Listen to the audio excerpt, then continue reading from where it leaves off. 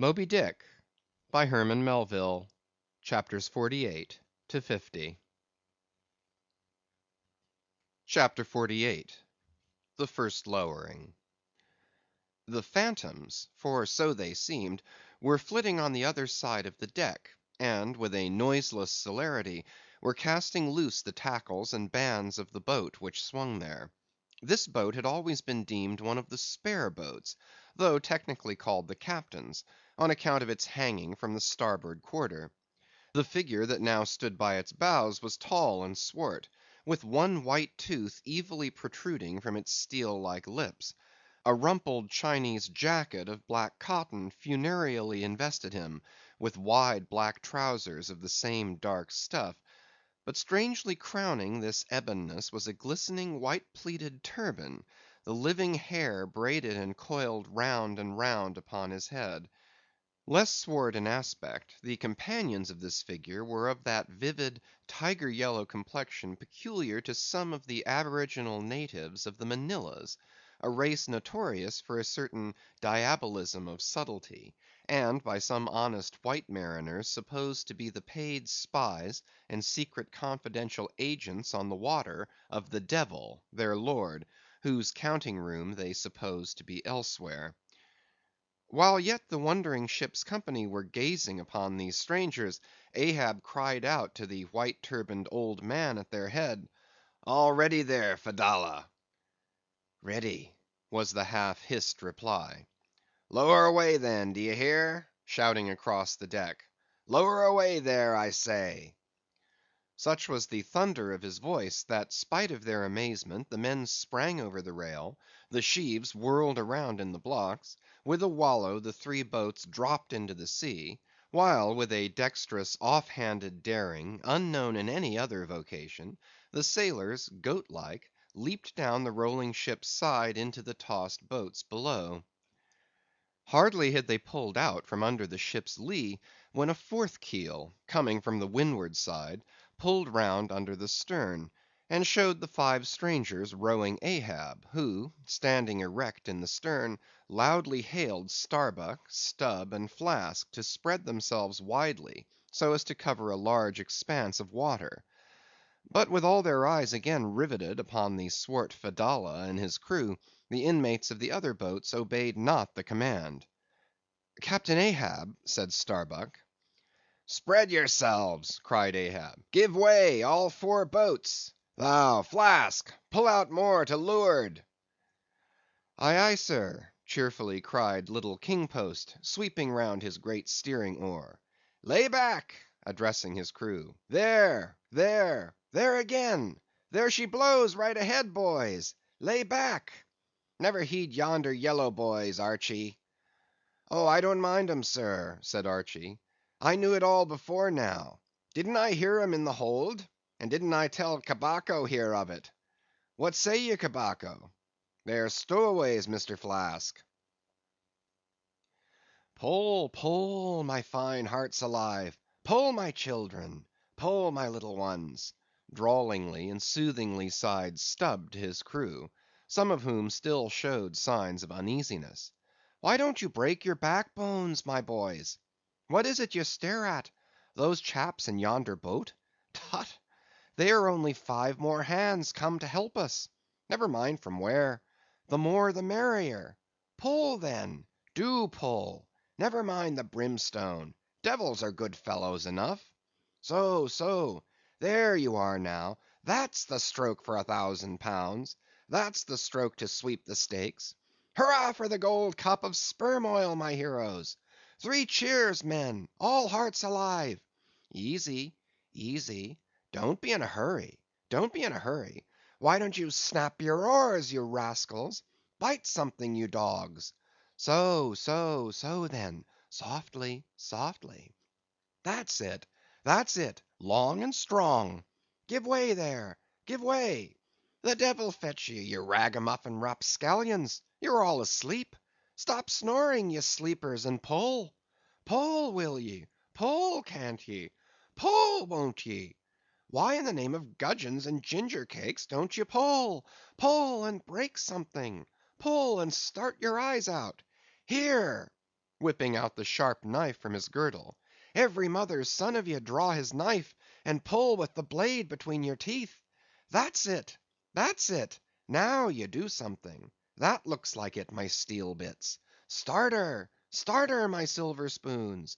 Start her, marling spikes." Stubb's exordium to his crew is given here at large, because he had a rather peculiar way of talking to them in general, and especially in inculcating the religion of rowing. But you must not suppose from this specimen of his sermonizings that he ever flew into downright passions with his congregation. Not at all, and therein consisted his chief peculiarity. He would say the most terrific things to his crew, in a tone so strangely compounded of fun and fury, and the fury seemed so calculated merely as a spice to the fun, that no oarsman could hear such queer invocations without pulling for dear life, and yet pulling for the mere joke of the thing. Besides, he all the time looked so easy and indolent himself, so loungingly managed his steering oar, and so broadly gaped, open-mouthed at times, that the mere sight of such a yawning commander, by sheer force of contrast, acted like a charm upon the crew. Then again, Stubb was one of those odd sort of humorists whose jollity is sometimes so curiously ambiguous as to put all inferiors on their guard in the matter of obeying them. In obedience to a sign from Ahab, Starbuck was now pulling obliquely across Stubb's bow; and when for a minute or so the two boats were pretty near to each other, Stubb hailed the mate. "Mr. Starbuck, larboard boat there, ahoy! A word with ye, sir, if ye please." "Hallo!" returned Starbuck, turning round not a single inch as he spoke, still earnestly but whisperingly urging his crew, his face set like a flint from Stubb's. "What think ye of those yellow boys, sir?" "Smuggled on board, somehow, before the ship sailed. Strong, strong boys!" in a whisper to his crew, then speaking out loud again. "A sad business, Mr. Stubb. See there, my lads! But never mind, Mr. Stubb, all for the best. Let your crew pull strong, come what will. Spring, my men, spring!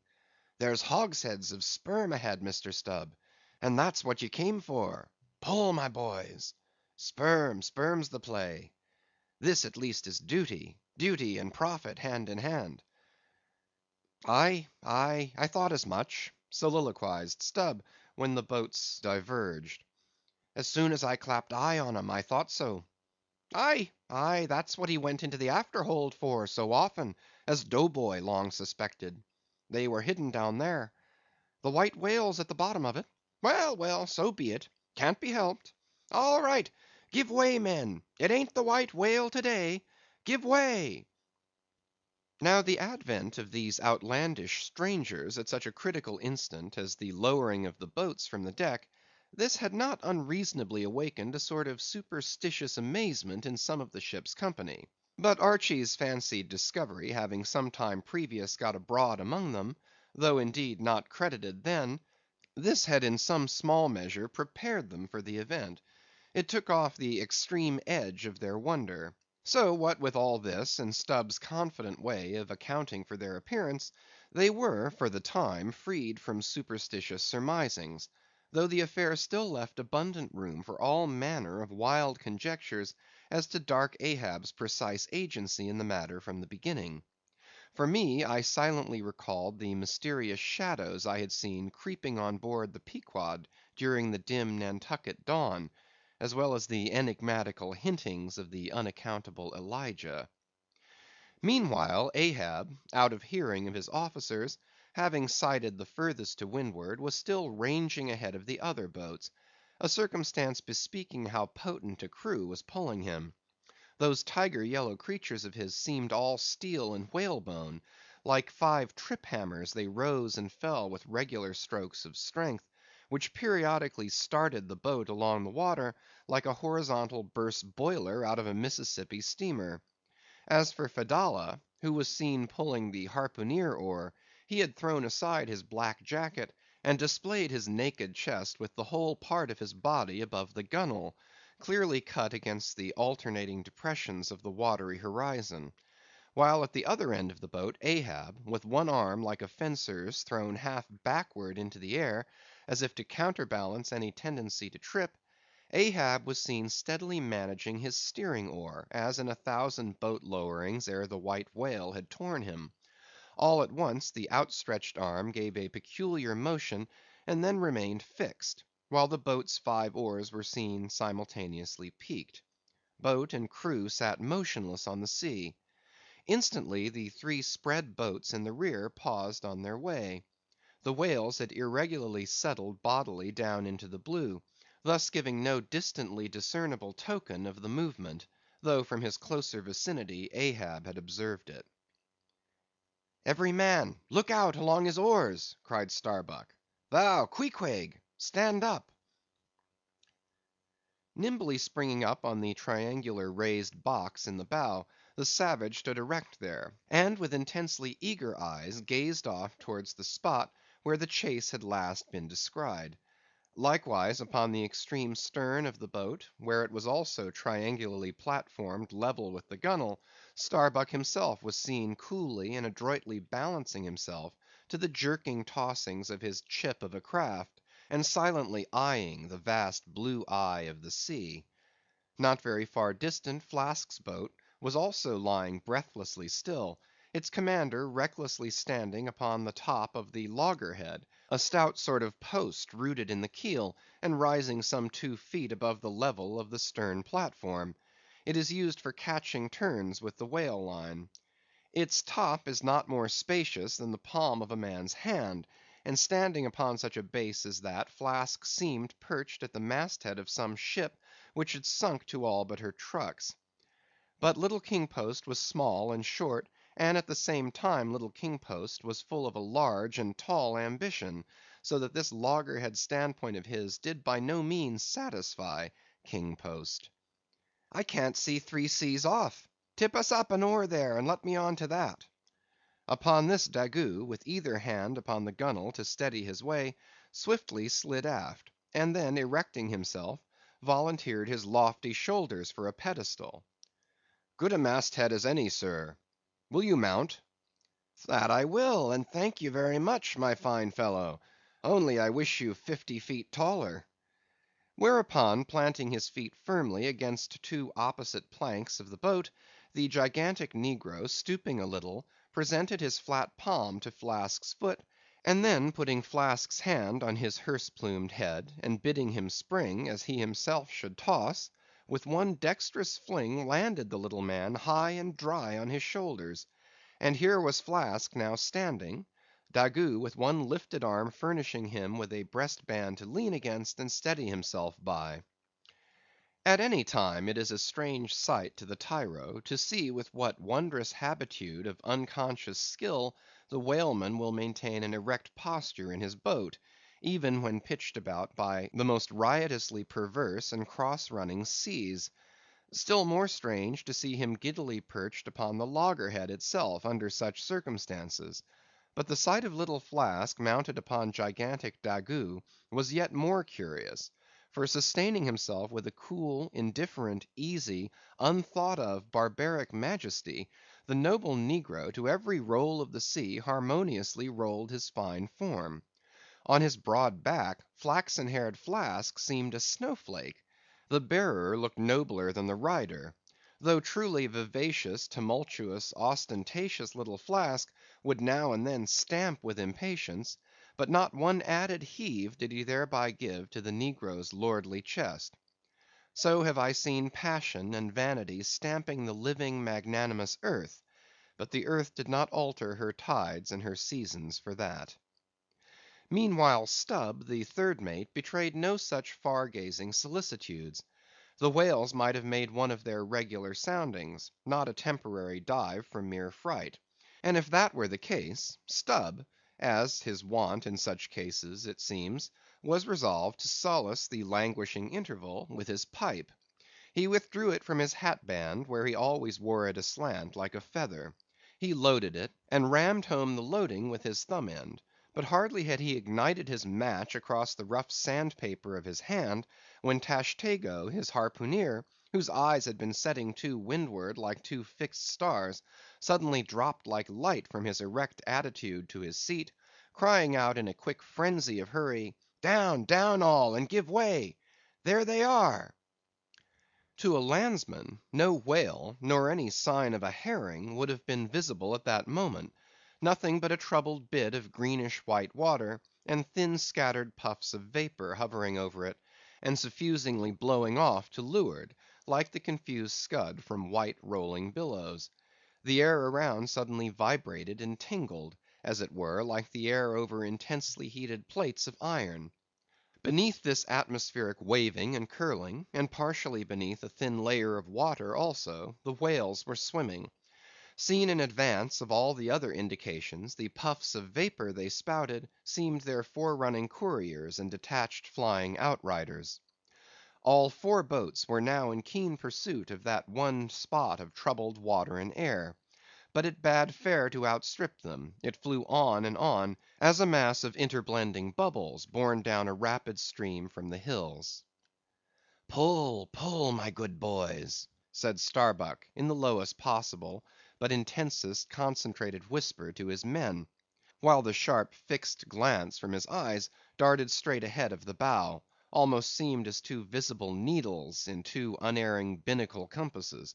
He did not say much to his crew, though, nor did his crew say anything to him; only the silence of the boat was at intervals startlingly pierced by one of his peculiar whispers, now harsh with command, now soft with entreaty. How different the loud little king post! "Sing out and say something, me hearties! Roar and pull, my thunderbolts! Beach me on their black backs, boys! Only do that for me, and I'll sign over to you my Martha's Vineyard plantation, boys, including wife and children, boys!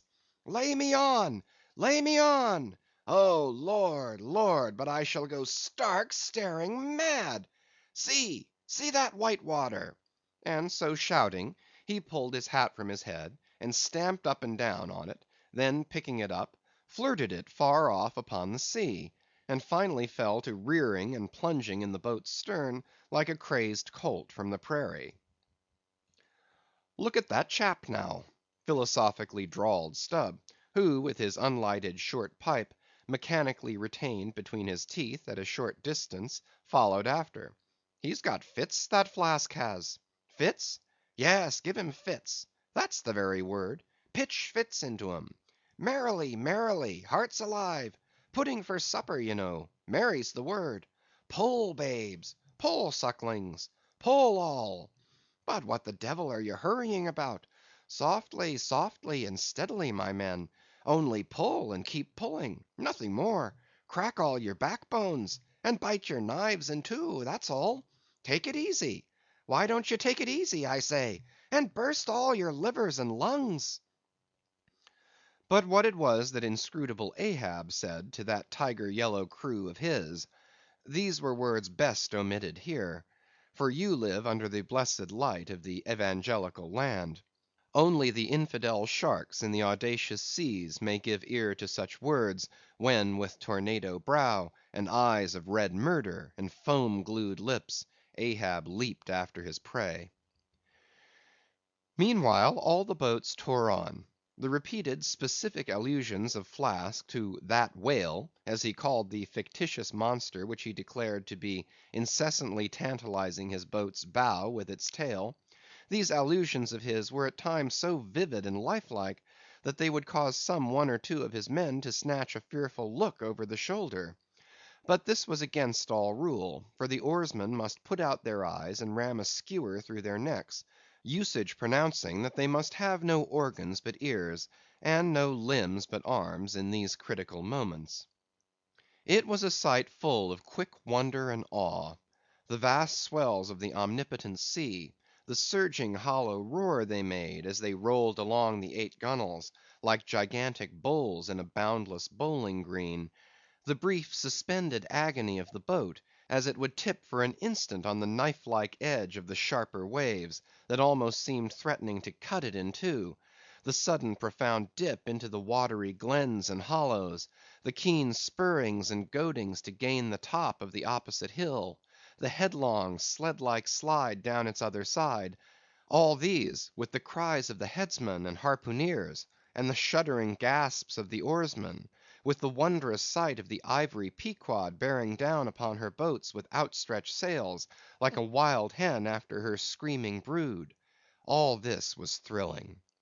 Not the raw recruit, marching from the bosom of his wife into the fever heat of his first battle; not the dead man's ghost encountering the first unknown phantom in the other world; neither of these can feel stranger and stronger emotions than that man does, who, for the first time, finds himself pulling into the charmed, churned circle of the hunted sperm whale.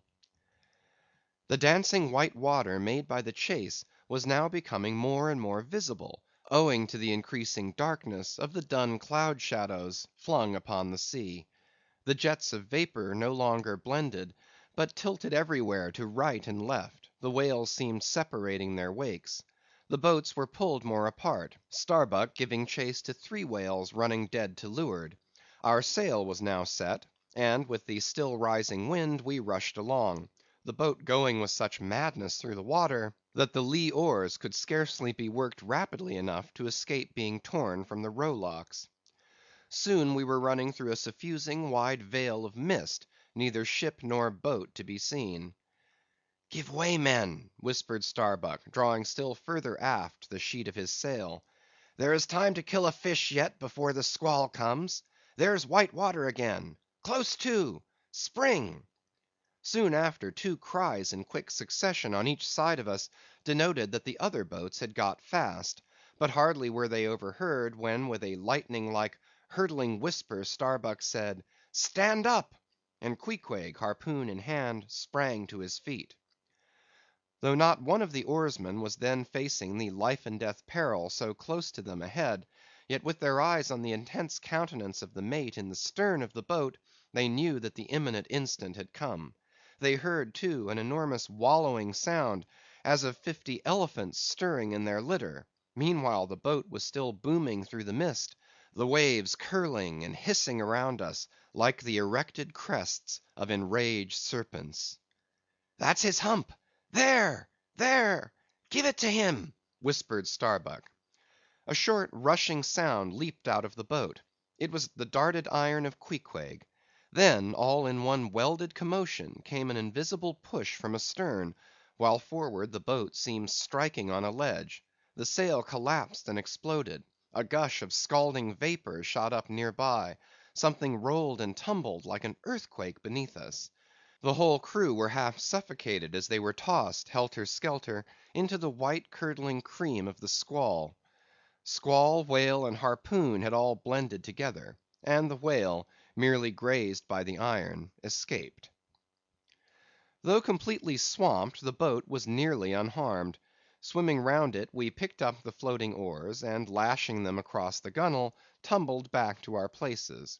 There we sat up to our knees in the sea, the water covering every rib and plank, so that to our downward gazing eyes the suspended craft seemed a coral boat, grown up to us from the bottom of the ocean.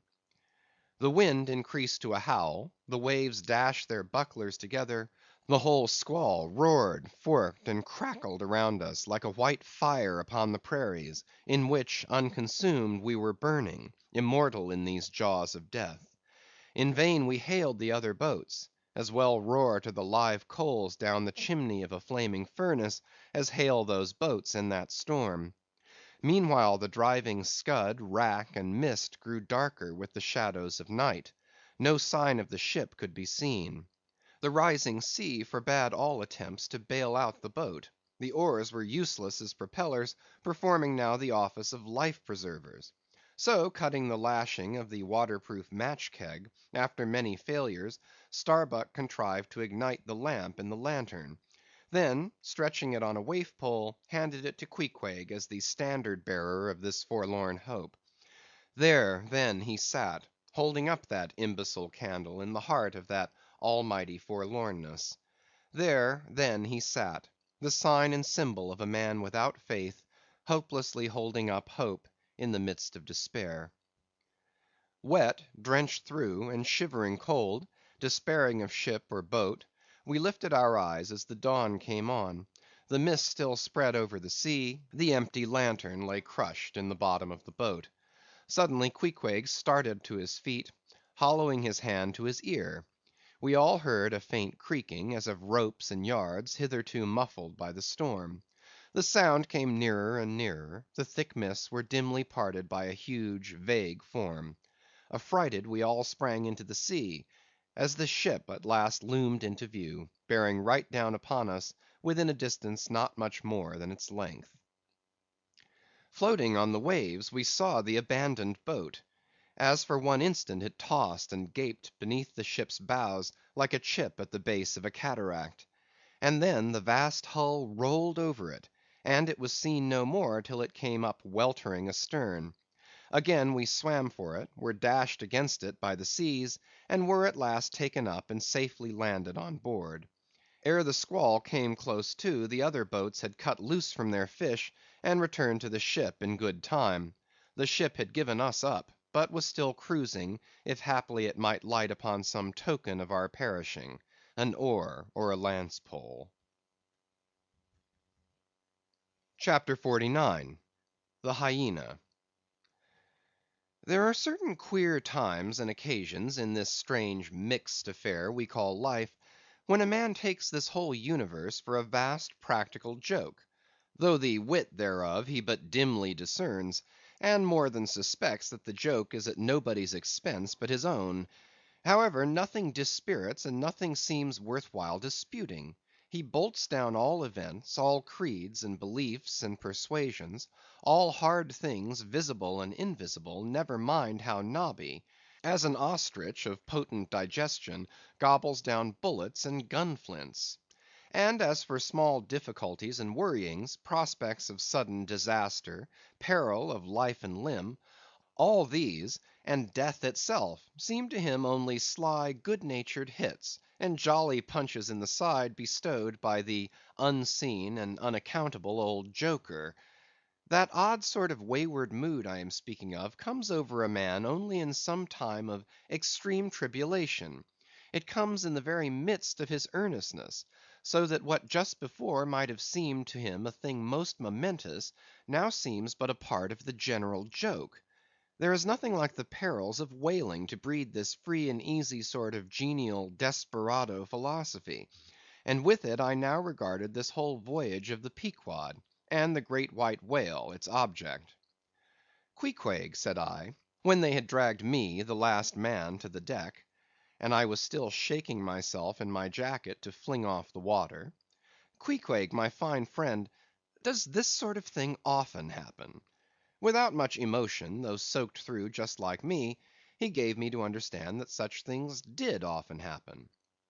"Mr. Stubb," said I, turning to that worthy, who buttoned up in his oil jacket, was now calmly smoking his pipe in the rain; "Mr. Stubb, I think I have heard you say, that of all whalemen you ever met, our chief mate, Mr. Starbuck, is by far the most careful and prudent.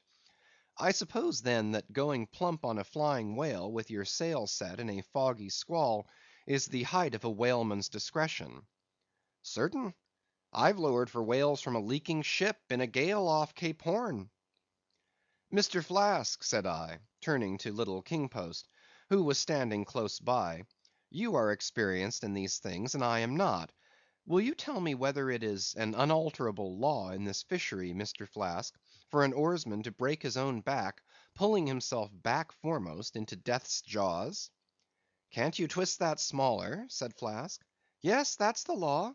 I should like to see a boat's crew backing water up to a whale face foremost. Ha, ha! The whale would give them squint for squint, mind that." Here, then, from three impartial witnesses, I had a deliberate statement of the entire case. Considering, therefore, that squalls and capsizings in the water, and consequent bivouacs on the deep, were matters of common occurrence in this kind of life; considering that at the superlatively critical instant of going on to the whale, I must resign my life into the hands of him who steered the boat, oftentimes a fellow who, at that very moment, is in his impetuousness upon the point of scuttling the craft with his own frantic stampings; considering that the particular disaster to our own particular boat was chiefly to be imputed to Starbuck's driving on to his whale almost in the teeth of a squall, and considering that Starbuck, notwithstanding, was famous for his great heedfulness in the fishery; considering that I belonged to this uncommonly prudent Starbuck's boat; and finally considering in what a devil's chase I was implicated, touching the white whale; taking all things together, I say, I thought I might as well go below and make a rough draft of my will.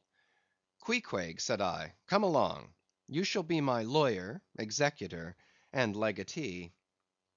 It may seem strange that of all men, sailors should be tinkering at their last wills and testaments; but there are no people in the world more fond of that diversion. This was the fourth time in my nautical life that I had done the same thing. After the ceremony was concluded, upon the present occasion, I felt all the easier; a stone was rolled away from my heart. Besides, all the days I should now live would be as good as the days that Lazarus lived after his resurrection; a supplementary clean gain of so many months or weeks, as the case might be. I survived myself; my death and burial were locked up in my chest. I looked round me tranquilly and contentedly, like a quiet ghost with a clean conscience sitting inside the bars of a snug family vault. Now then, thought I, unconsciously rolling up the sleeves of my frock, here goes for a cool, collected dive at death and destruction, and the devil fetch the hindmost. CHAPTER 50. Ahab's Boat and Crew. Fedallah. "Who would have thought it, Flask?" cried Stubb. "If I had but one leg, you would not catch me in a boat, unless maybe to stop the plug hole with my timber toe. Ha! He's a wonderful old man." "I don't think it so strange, after all, on that account," said Flask. "If his leg were off at the hip, now, it would be a different thing; that would disable him; but he has one knee, and a good part of the other left, you know." "I don't know that, my little man. I never yet saw him kneel." Among whale‐wise people it has often been argued whether, considering the paramount importance of his life to the success of the voyage, it is right for a whaling captain to jeopardize that life in the active perils of the chase. So Tamerlane's soldiers often argued with tears in their eyes, whether that invaluable life of his ought to be carried into the thickest of the fight. But with Ahab the question assumed a modified aspect.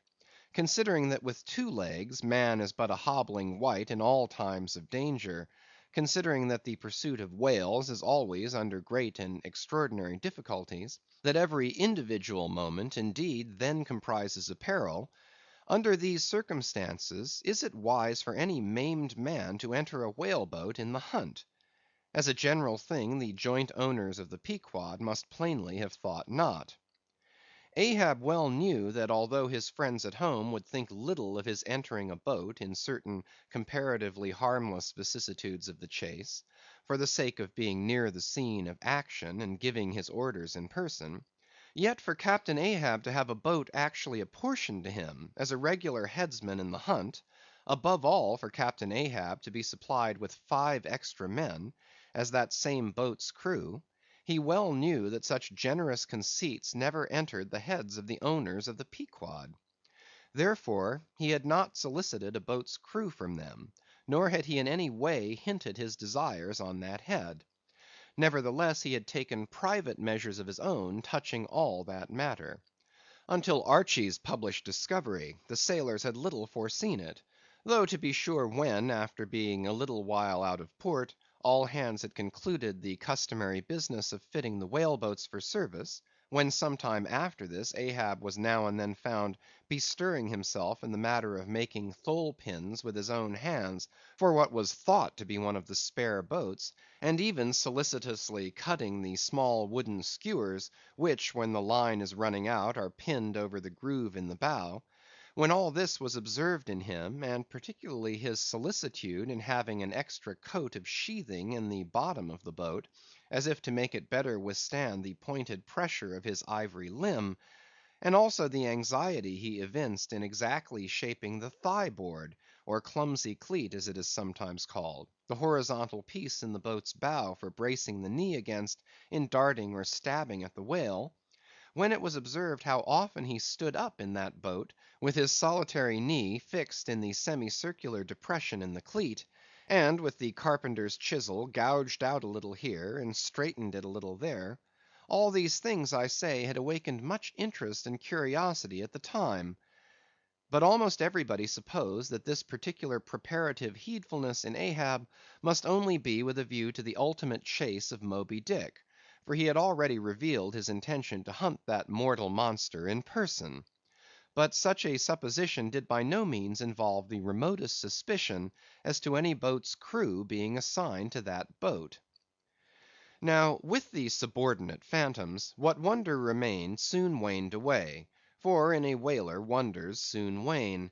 Besides, now and then such unaccountable odds and ends of strange nations come up from the unknown nooks and ash holes of the earth to man these floating outlaws of whalers; and the ships themselves often pick up such queer castaway creatures, found tossing about the open sea on planks, bits of wreck, oars, whale boats, canoes, blown off Japanese junks, and what not, that Beelzebub himself might climb up the side, and step down into the cabin to chat with the captain, and it would not create any unsubduable excitement in the forecastle. But be all this as it may, certain it is, that while the subordinate phantoms soon found their place among the crew, though still, as it were, somehow distinct from them, yet that hair‐turbaned Fedallah remained a muffled mystery to the last.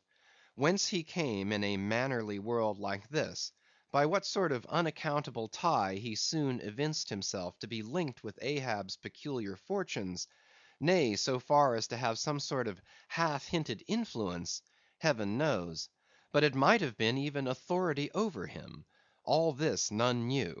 But one cannot sustain an indifferent air concerning Fedallah. He was such a creature as civilized domestic people in the temperate zone only see in their dreams, and that but dimly; but the like of whom now and then glide among the unchanging Asiatic communities, especially the Oriental isles to the east of the continent; those insulated, immemorial, unalterable countries, which even in these modern days still preserve much of the ghostly aboriginalness of the earth's primal generations, when the memory of the first man was a distinct recollection, and all men his descendants, unknowing whence he came, eyed each other as real phantoms, and asked of the sun and the moon why they were created, and to what end; when though, according to Genesis, the angels indeed consorted with the daughters of men, the devils also, add the uncanonical rabbins, indulged in mundane amours. End of Chapters 48 to 50.